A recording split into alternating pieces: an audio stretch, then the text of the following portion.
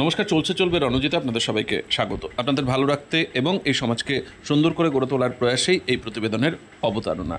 বেজায় চটেছেন অনুব্রত মণ্ডল। 21শে জুলাইয়ে যেভাবে অপমানিত হয়েছেন সেটা নিতে পারেনি দোর্দণ্ড প্রতাপ। একসময়ের বীরভূমের একচ্ছত্র আধিপত্য নিয়ে যিনি ছিলেন এবং অল্প অক্সিজেন মাথায় গেলেও যার মাথার উপরে হাতটা ছিল স্বয়ং মমতা বন্দ্যোপাধ্যায়। সেদিন তিনি স্টেজ থেকে কি বলেছিলেন এবং তাকে কিভাবে আটকে দেওয়া হয়েছিল, কি তাকে বলা হয়েছিল সেখানে আটকে দিয়ে, সেগুলো আপনাদের বলবো। এবং সেই দৃশ্যটাও একটু আগে দেখিয়ে নিই যে তাকে যখন আটকানো হলো এবং তাকে যারা আটকালেন কি বললেন তাকে। তারপরে মূল ঘটনায় আসছি। তিনি চটেছেন এবং বড় কিছু সামনে করতে যাচ্ছেন, সেগুলো আপনাদের বলবো।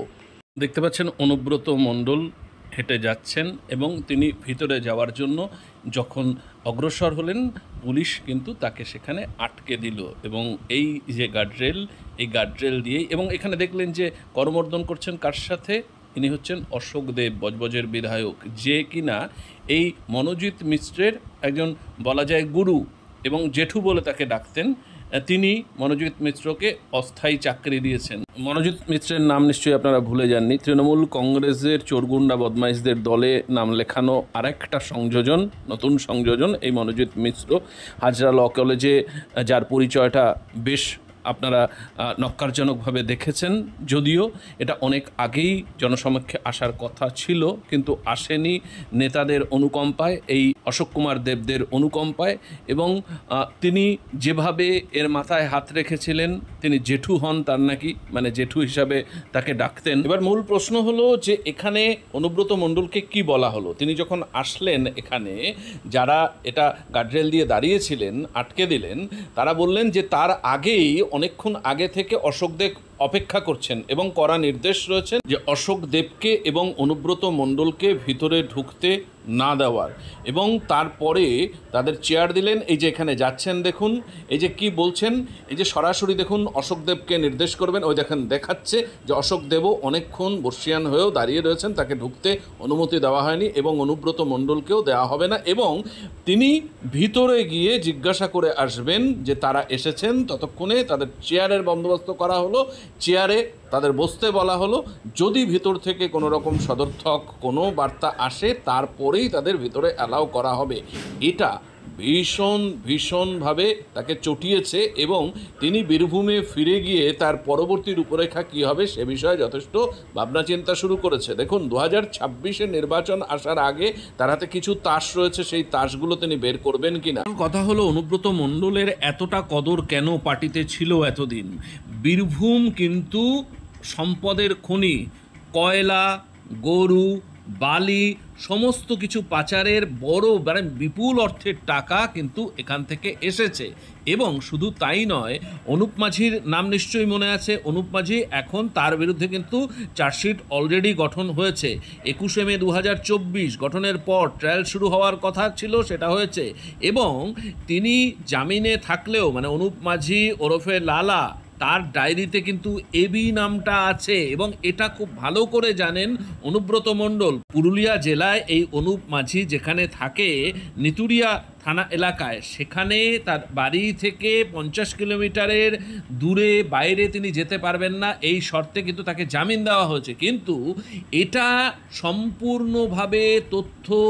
সম্পূর্ণ তথ্য রয়েছে অনুব্রত মণ্ডলের কাছে।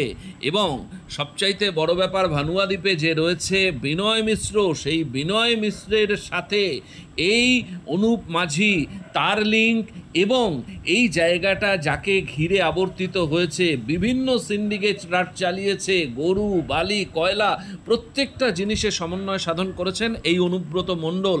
এবং এত কিছু জানেন, এত টাকা সম্পদ দিয়েছেন বলেই তার মাথায় অক্সিজেন গেলে বা তিনি কোনো পুলিশকে গালমন্দ করলেও, মা বউ তুলে গালমন্দ করলেও দেখেছেন যে মমতা বন্দ্যোপাধ্যায় একটাও তার সম্পর্কে কোনো কথা বলেননি, বা বিভিন্ন সময় পুলিশদের হুমকি দিয়েছেন, কোনো রকম কোনো একটা তাকে তিরস্কার করা হয়নি। দলবিরোধী বা সমাজে যেটা একেবারে চোখে আঙুল দিয়ে দেখিয়ে দিচ্ছে যে তৃণমূলের অরাজকতা, সেগুলো সামনে আসার পরেও তাকে বীর বিক্রমে নাকি গ্রেপ্তার করার পরেও যখন তিনি বীরভূমে আসবেন তাকে বরণ করা হবে বলে, এবং আরও বিভিন্ন মন্তব্য করেছে দলের পক্ষ থেকে।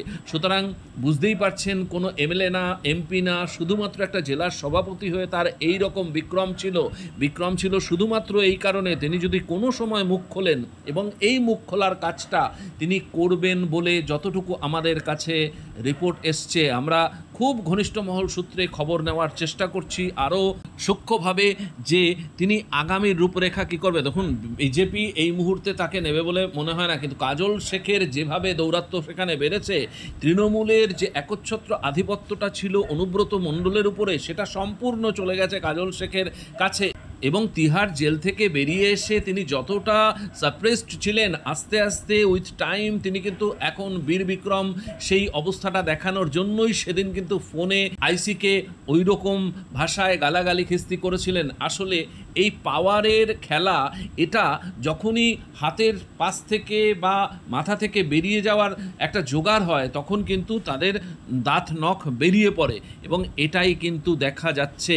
তাই আগামী দিনে এই বিনয় মিশ্রকে যেরকম ইন্টারপোলের সাহায্য নেওয়া হচ্ছে, দেশে ফিরিয়ে নেওয়া আসা ভানুয়াদ্বীপ থেকে, এই অনুপ মাঝি তো রয়েছেই আয়ত্তে, এবং ইনিও জামিনে মুক্ত রয়েছেন এই অনুব্রত মণ্ডল। তাই যে কোনো সময় লালার ডায়েরিতে এবিটাকে, সেটা কিন্তু সামনে চলে আসার সম্ভাবনা প্রবল। কিন্তু তৃণমূল কংগ্রেস অত কাঁচা কাজ করবে বলে মনে হয় না। আমাদের কাছে যতটুকু খবর, হয়তো তার সাথে যে কোনো রকমভাবে মিটিয়ে নেওয়ার চেষ্টা করবে, কারণ 2026-এর আগে কোনো রকম একটা ম্যাসাক্রে হয় বা সাবোতেজ করে এই দলের মধ্যে, এবং প্রধান মাথারা আবার জেলের অভিমুখে গমন করেন, এটা কখনোই চাইবে না।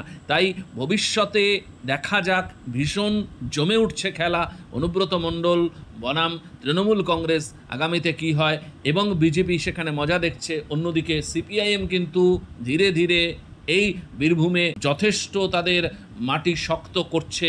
আমরা যতটুকু খবর পাচ্ছি, বহু গ্রামের মানুষ কিন্তু সিপিএমে আবার আস্থা দেখাচ্ছে।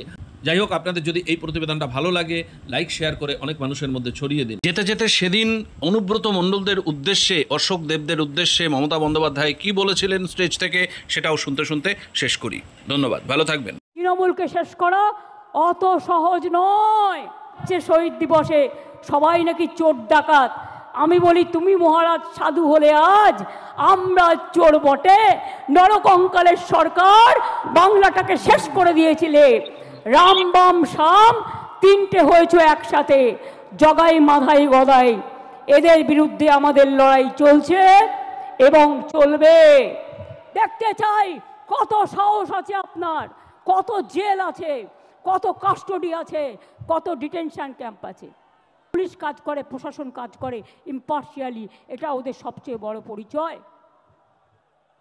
পুলিশকে পর্যন্ত আপনারা জুতো দিয়ে আঘাত করেন, তার পরিবারকে গালাগালি দেন, তার মা বোনদের গালাগালি দেন, সকলকে গালাগালি দেন। পুলিশকে পর্যন্ত আপনারা জুতো দিয়ে আঘাত করেন, তার পরিবারকে গালাগালি দেন, তার মা বোনদের গালাগালি দেন। পুলিশকে পর্যন্ত আপনারা জুতো দিয়ে আঘাত করেন, তার পরিবারকে গালাগালি দেন, তার মা বোনদের গালাগালি দেন, সকলকে গালাগালি দেন। লজ্জা করে না আপনাদের?